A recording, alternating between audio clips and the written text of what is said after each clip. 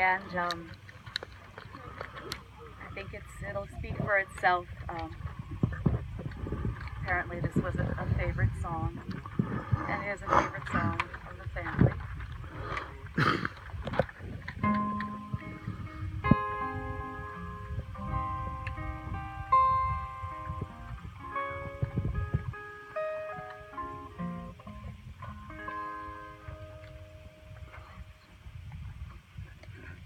So now you know what's coming.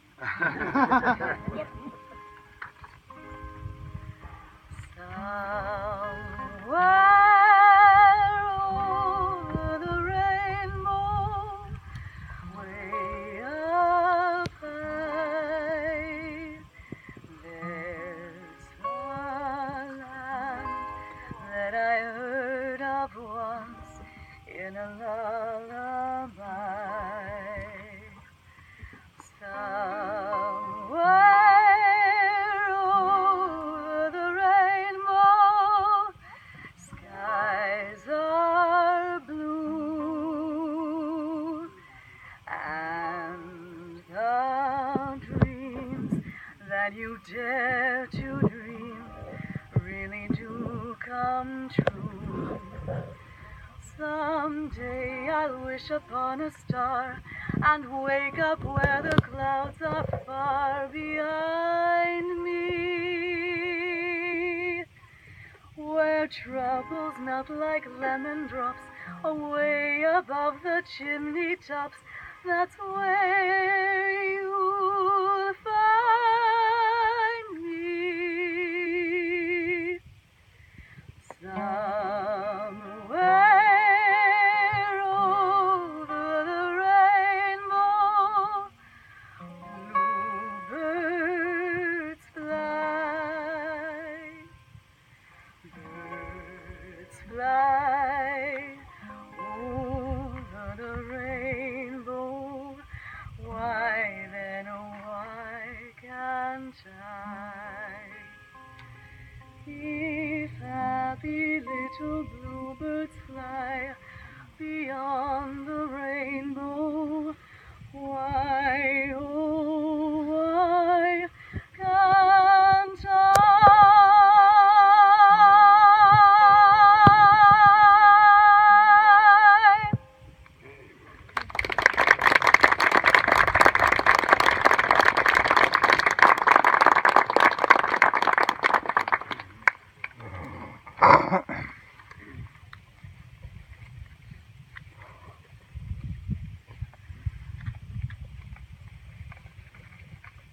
So I'd like to welcome everyone here today to this memorial for Jonathan. Looking at it from this perspective, you can tell Jonathan was amazing. There's so many people here. It's great. I knew Jonathan for a few years, but unfortunately I didn't know him long enough. I just became a member a few short years ago, and the only time I really had a chance to talk to Jonathan was just at convention. We'd talked quite a bit. When I was a new associate, he came right up to me, shook my hand, and one of the things I remember the most from that day was his smile. And great capture of it there. His smile is just one of those things that's very infectious, and when he's walking up to you and smiling away, you can't help but do it yourself. We talked quite a bit over the years about dreams for Stellafane. A lot of it was, the stuff you would expect. Repairs to the buildings, new scopes, new observatories, that kind of thing. And we talked about some stuff that was a little more long-term. He expressed an interest a number of times in purchasing the Miller property and kind of ensuring that Stellafane would be protected from all sides by having somebody that was part of our group in control of that. And beyond that, of course, we always talked about wells and showers and all that as well. We even got into some conversations about some more fantastic stuff too: paved roads, parking lots, full-time caretaker, and even some thoughts about it'd be cool to have a great big segment and scope. somehow he just kind of looked at me funny when I said presidential hot tub and jacuzzi. But but one thing I always really felt with Jonathan was that Stellafane was a warm, comfortable home to him, with lots of good friends and company. It was a place that he could come to and rest and unwind and just take it easy for a bit. Stellafane was a second family, a family that he loved and a family that loved him back. And he'll always be part of this place. I guess I'll end there, and I'll introduce John Gallagher. John's a past president of Stellafane, and say a few words. First of all, I'd like to particularly thank Jim and Natalie and Tom for that music. That was just fantastic. What a great way to start the afternoon. But anyway, as Dave said, my name is John Gallagher, and Jonathan was a friend of mine. I know he became involved with the Springfield Telescope makers as a child. I met him long after that. I've been coming here since 1991. And certainly, much as what Dave said, it was always a great time to see him down here, maybe share a glass of wine, talk about things. He was always friendly, outgoing, and the like. And certainly I considered him a friend even back then. We became closer to each other when we started going on eclipse trips together, both to China and to Australia. Now in China, I was always just impressed with his level of activity, everything he did. I remember I think it was probably 104-degree weather when Bob and Jonathan and Nick rented bicycles and rode around the city walls of Xi'an. Pretty impressive in that heat. I was in the air-conditioned bar the whole day, I think. But we got to be a lot closer then. I remember sitting there talking to him one day about his winemaking operations, and that certainly was something he enjoyed doing. Claimed it was a corporate, when he did corporate training exercises, it was a, shall we say, team building project to do this with the students in his class or in the seminars that he was conducting.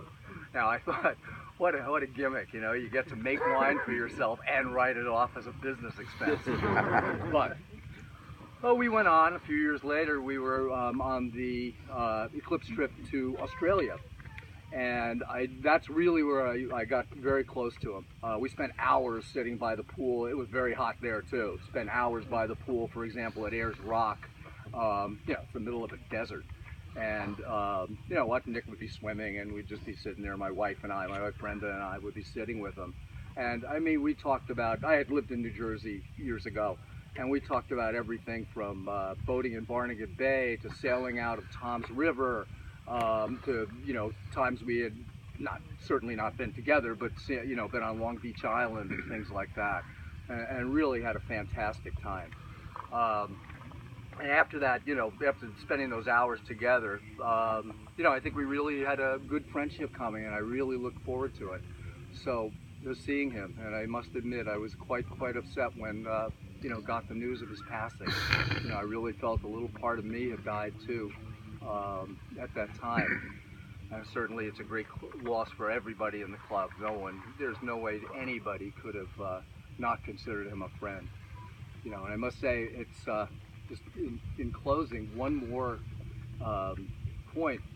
On the day he passed away, hours before the news came over the Stellafane website, over our club newsletter, my friend who's in the back, Claudia Saycook, let me know about it. Now, Claudia and the Morses and her husband Glenn have been friends, and Claudia and Glenn have been my friend for the time. So it really brought home to me how interconnected we all are. Just take, somebody, they know somebody, and somehow it comes back to you. That, we really have all lost something in the loss of Jonathan. And I think I'll stop there. So thank you all very much for listening, and I'd like to introduce the fellow who got Jonathan and Bob into the club in the first place, George Scotton.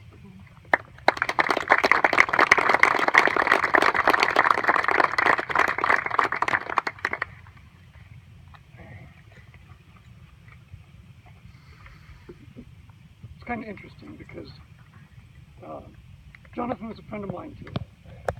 but it was almost exactly the opposite of what we just heard.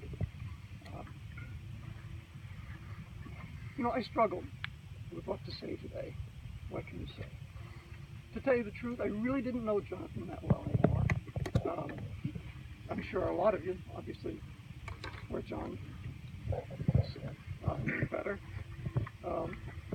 I was probably his first contact at Stellafane, but over the years we sort of drifted apart in several stages. But I'm getting ahead of myself. I first met Jonathan at the Springfield Home Show. The Springfield telescope makers had a booth down there where we had, we had some telescopes and exhibits, and we were pushing glass, making a mirror. And I thought that was in the very early 80s. John tells me it might have been as early as 78. Mom, But you always did that. There is a familial relation, or whatever. But Jonathan, even as a wee lad, we never called him John. Did anybody ever call him John? I call him John, but but even as a wee lad, he was energetic, enthusiastic, and absolutely irrepressible. And before you could even say Stellafane, Bob and Jonathan were in my basement pushing glass. There was, even then, he was intensely motivated. There was no question that he was going to finish that and it would be a good mirror. Just no question in my mind. We all lived in Springfield at the time, and I was single at the time. I got to know the family pretty well. Had a few meals over at their house. I was single at the time. Did I say that? Yeah. I'm not much of a speaker, and I don't have much of a memory anymore. But Welcome to the club. I think, Bob, were you still a teacher then? Yeah. Still 80. Okay, until 80s. So that it tells us it had to have been in the 70s. Yeah. But that period is really how I remember Jonathan best. He was an eager, energetic, enthusiastic, totally irrepressible kid. Just amazing kid. But then Bob got a promotion to principal, superintendent, or something up in Stowe. Don't insult me, superintendent. Oh, okay. Sorry. And so they moved off to Stowe, and we saw them for meetings. We saw them at convention. It was always a pleasure to meet up with them.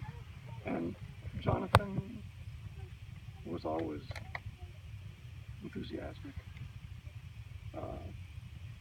energetic, irrepressible. I almost said irreplaceable, but that's obvious. You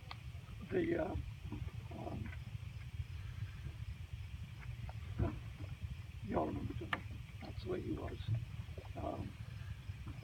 Then things stepped up a little bit when you took over as honcho down at Kern Hatton, and they moved back to Walpole, so got to see you more often, and Bob and Linda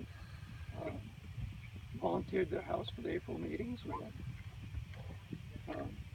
About 21 years, I think that was. Yeah, a long time.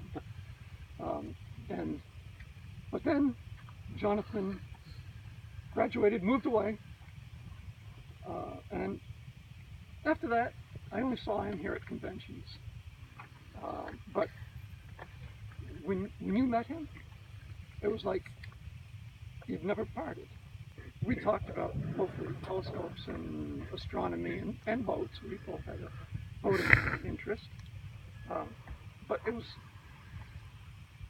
he was always so enthusiastic. When he met you, it was like you were the most important. You were the only reason he came to convention. Everybody felt that he talked and felt that way. He was just, he had such a wonderful way with people. Um, um, it seemed like, so I watched him come to conventions, and I kept my eye on him as he got married, and had kids, became a very successful adult, and but still at convention it was the same. He always had that big smile. It's like you always felt wonderful to see him. It felt like he felt wonderful to see you. And of course, he stayed energetic, enthusiastic, and irrepressible right every year. I like to think of him as a shooting star who shone briefly in our life for a very short time and then all too soon was gone. He would not want us to be sad, but truly what a loss. I don't know what more I can say, except to introduce my savior, the guy that relieved me from I don't know, I think I served 8 or 9 years as president. And Mr. Martin took over for me and saved me from,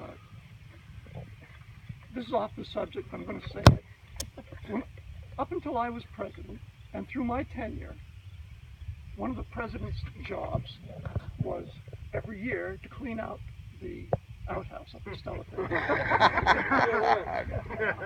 Well, some of the presidents since then have shirked their duties. But I've always thought that was a good way to keep everybody's mind on where the honor of being president comes from.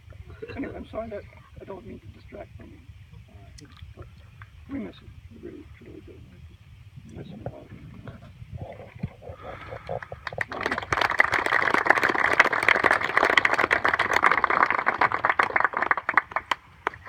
I know how hard it is to find a few things to say in a short period of time to cover all of the wonderful things that Jonathan has done and the different experiences we've shared up here. He was truly a son of Stellafane. Now, my son Johnny was almost the same age, and they grew up here on the hill. And Bob and I'd be working, and we'd have to kind of listen to make sure they weren't getting into too deep trouble. But the two of them and the Antonucci's, and I mean, there was a pack of them up here that grew up together. And I see the sons now of the sons of Stellafane. It's really heartening to see the conditions continue. In fact, my younger son arrived last night unannounced just to party, and then he showed up to tell me he was on site this morning. So, I'm going to pick up where George left off. We both served really long, fairly difficult times in our club history where we were moving out of the old and moving into the new. And so we bought this place, and the first year that we made this down here, we had a road up to the bunkhouse, but you couldn't see anything else because everything else was trees.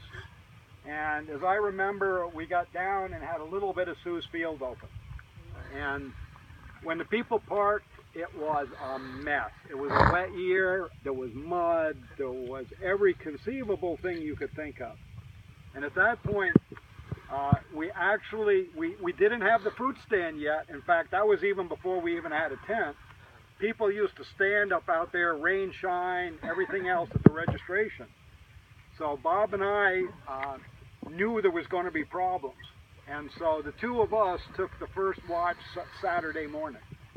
And so we would be there when the people were coming back from breakfast. Of course, they'd be all cleaned up. Those were the people down in town, and they'd be grumbling, where am I going to park? When am I going to do this? And at that point, Jonathan would come out there with us. And so it became a tradition that every Saturday morning, first thing, Bob and I and Jonathan and now Nicholas are up there. There's never any problem anymore. We don't have to talk to people that are not happy and stuff. But I can tell you, it's going to be a hard Saturday morning up there. But Jonathan is going to look down on us, I'm sure of it. and he'll be with us. Okay, Jim, you've got to take over, right?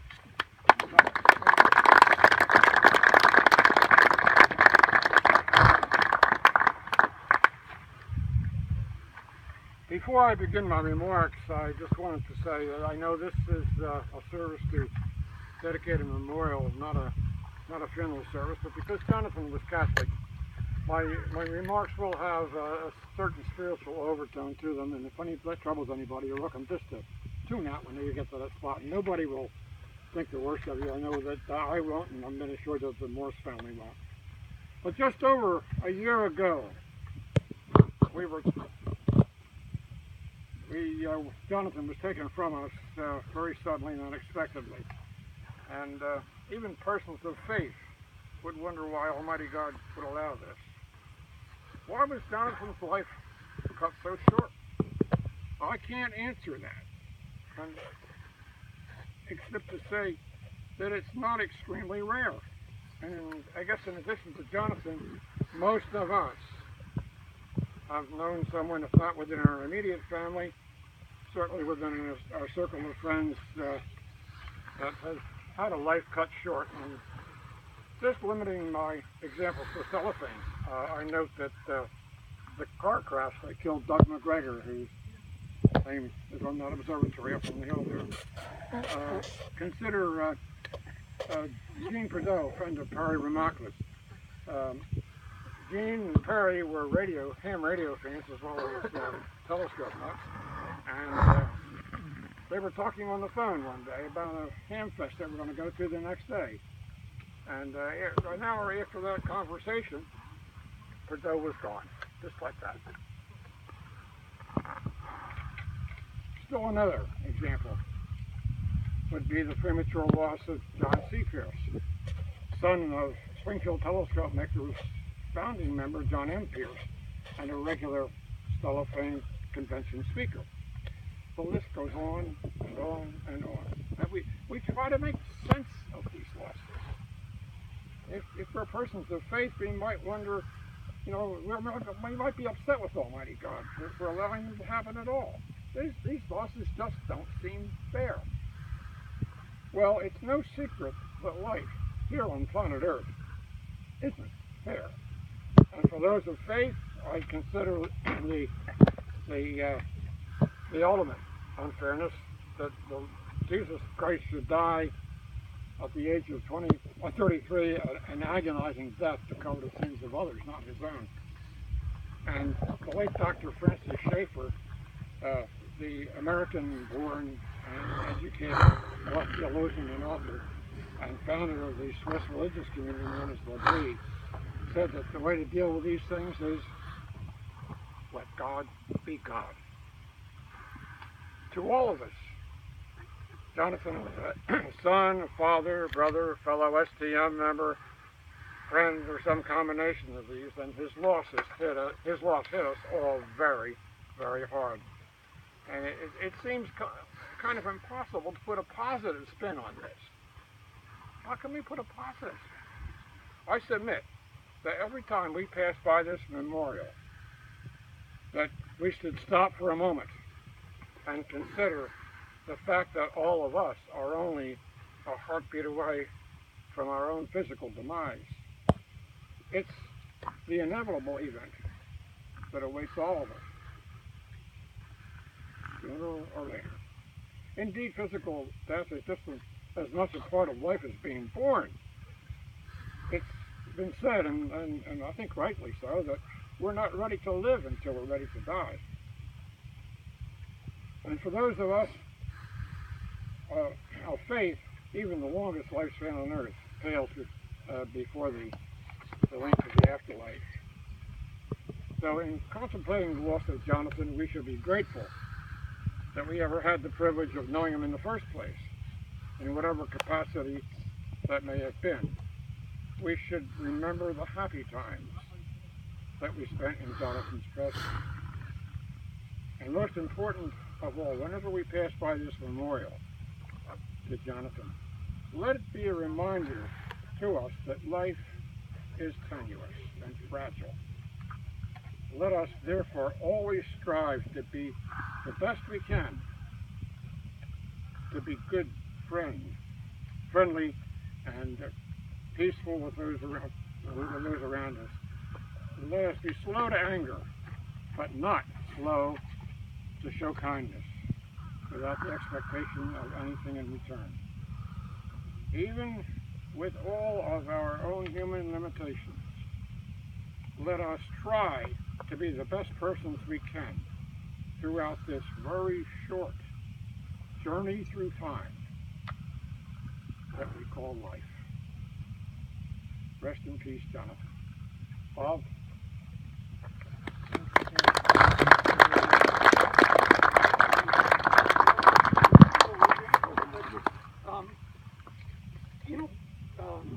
As we were talking with Natalie this morning, she said it felt like she'd never left here. And I said to her, you never can leave Stellafane. And I think we'll always feel that Jonathan was here when we're here. That's true. He said never leave Stellafane. Hit me so hard. It hit me so strongly in the heart when I thought of Jonathan. Thank you.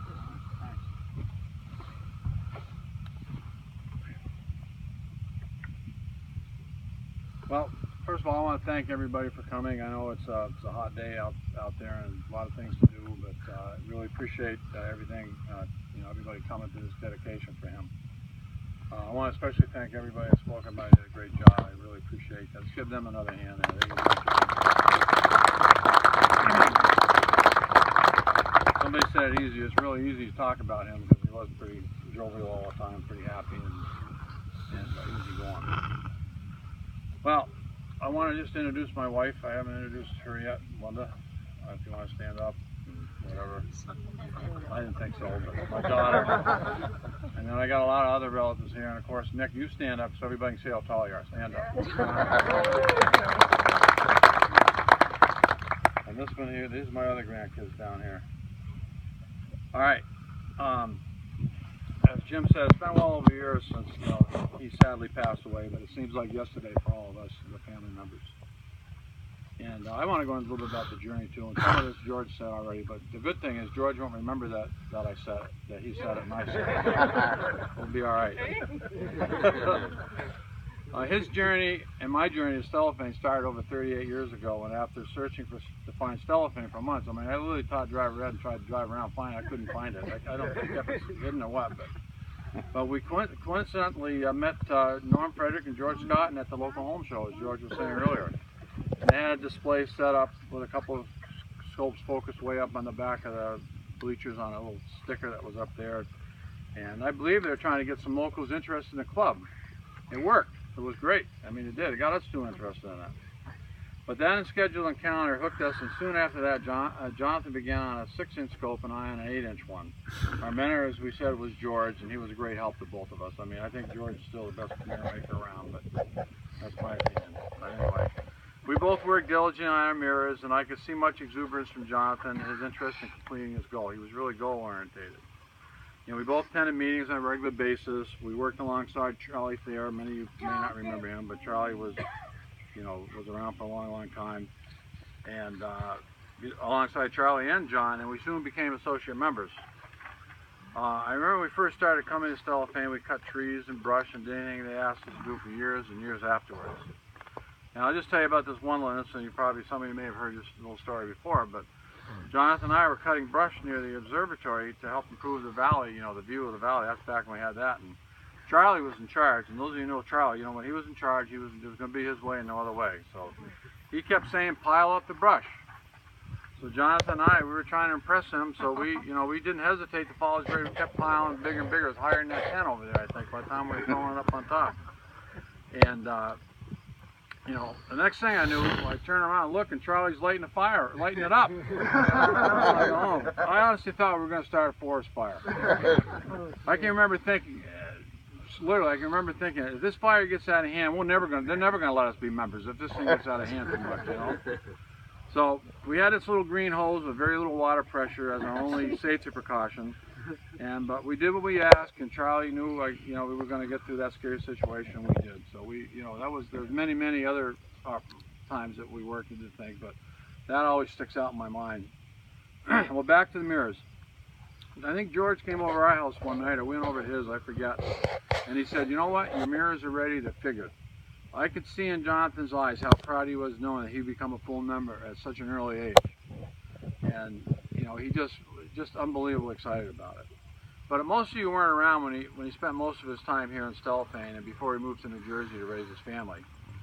You know, he helped sell t-shirts, way back Sporting Me was in charge of them for years and years. He worked at the gate, as John was saying. He helped set up convention, took it down. When he was here, he completed anything asked of him, and he did it with pride. He was really proud of everything he did. And, you know, during the past 15 years or so, you got to see him more, you know, at conventions or on the solar eclipse trips like, you know, John was saying earlier. The one we went to Australia and New Zealand was unbelievable. And that was the one where Nicholas, Jonathan, and myself went, and we, let's see, another friend of mine went who's not here today. But it was a trip of a lifetime. And we were all planning to go to the one next summer out in Missouri, and hopefully Nick's going to be able to go with us, you know, when I do go to that. So Jonathan, he loves Stellafane. Every time I spoke about it, he always perked up, looking forward to him and his son coming up for convention, setting up a tent right about where it is right now. For the last 15 years or so, they've been doing that. He loves I mean, he loved to come here, relax, as somebody said earlier, and just be himself. And you know, Nicholas has been coming here since he was born, since he was a little kid. I think he might have even won the earliest age here, but I'm not quite sure about that. But he was close, I know that. I've asked for this plaque to be put here because I know he would be honored to have this spot so he can keep an eye on the Saturday night program. He loved the Saturday night program, and I did it for I think 25 years in a row. And the beginning years he didn't critique me, but later on he started critiquing me a little more and telling me what was good and what wasn't. And you know, it was all fun and everything. But most of the time he liked it, and I enjoyed doing it. But he's going to be here, you know, keep an eye on the Saturday program, and he's in a great spot. And he's next to another great guy, Roger Tuthill, over there too, who's, you know, many of you probably know. Anyway, the stars opened up my eyes to the universe when I was a young boy with my mother, looking up at the night sky and mostly dark sky back then in New Hampshire and Vermont. I try to instill the same interest in Jonathan since he was a young boy. The picture in the program, and if you didn't get one, there's probably some extras up on the table, was him up in Montreal at the site of the World's Fair. I can still see clearly in my mind that day, and it depicts him as a young, inquisitive boy who was incredibly happy and content wherever he was.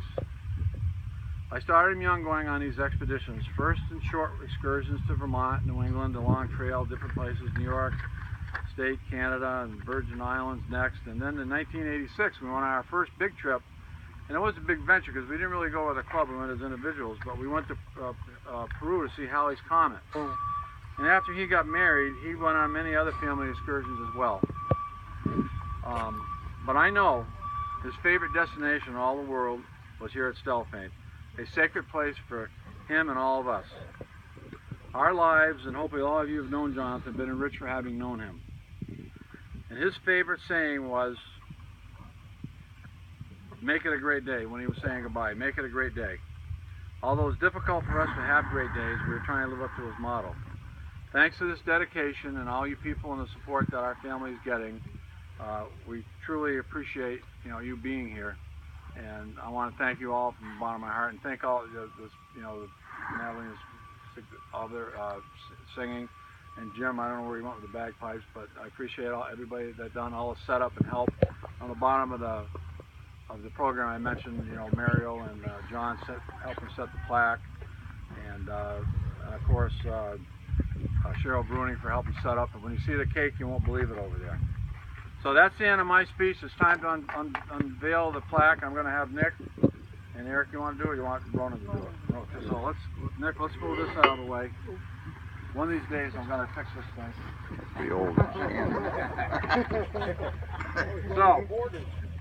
So it took a while to get this thing done, but I took about 7 or 8 different tries to get it the way I wanted. But I hope you enjoy it. And afterwards, after we unveil the plaque, we're going to have one more song. And then everybody's welcome to come up to lunch up there. See, they're setting it up there, and there'll be some cake afterwards and drinks and things like that. So, let's have a little countdown. 3, 2, 1.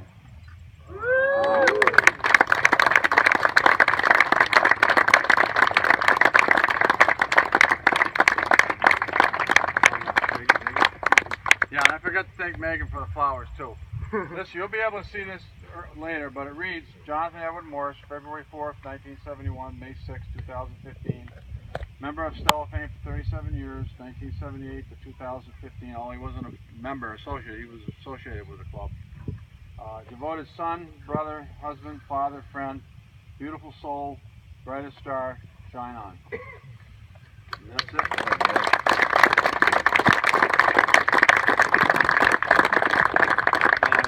Once again, thank you to Stellafane for allowing us to put it here. I really do appreciate that, and it'll be there forever. So thank you, Stellafane. Time for some lunch. Okay? Would you like us to sing? Oh yeah, after the song. I'm sorry, I just said that. Oh, by the way, I did have a seat for Jonathan. I'm sure many of you noticed that over there too as well.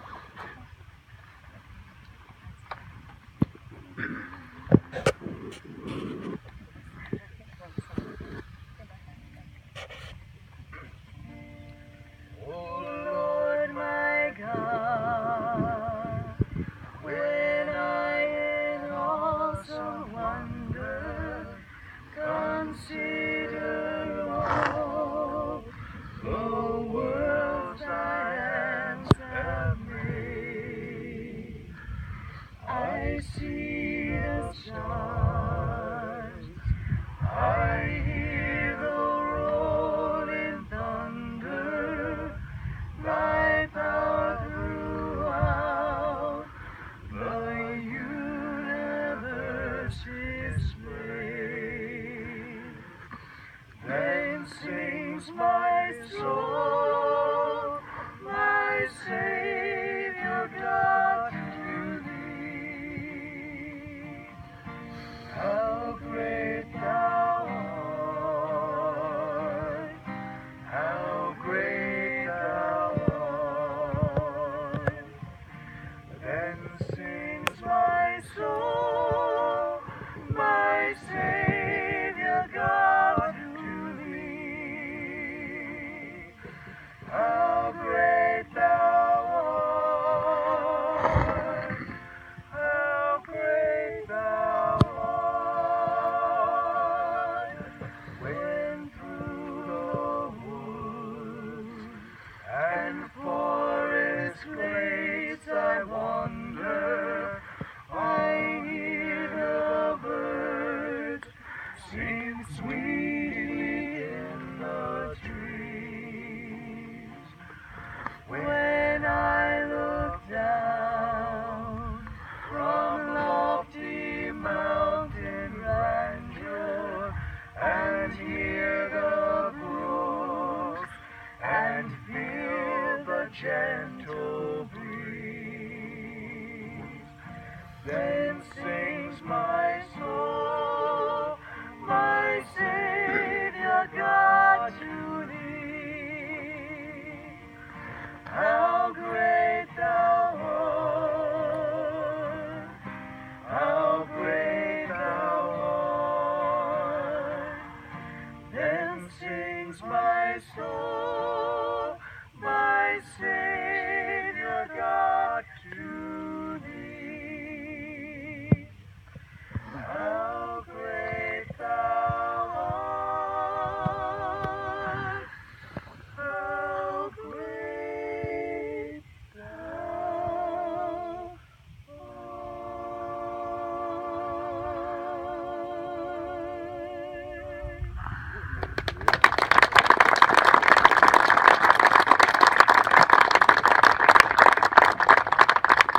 Thanks again. I'm not sure if there's any buttons left up there, but if you can get one you want one, I think there might be a few up there.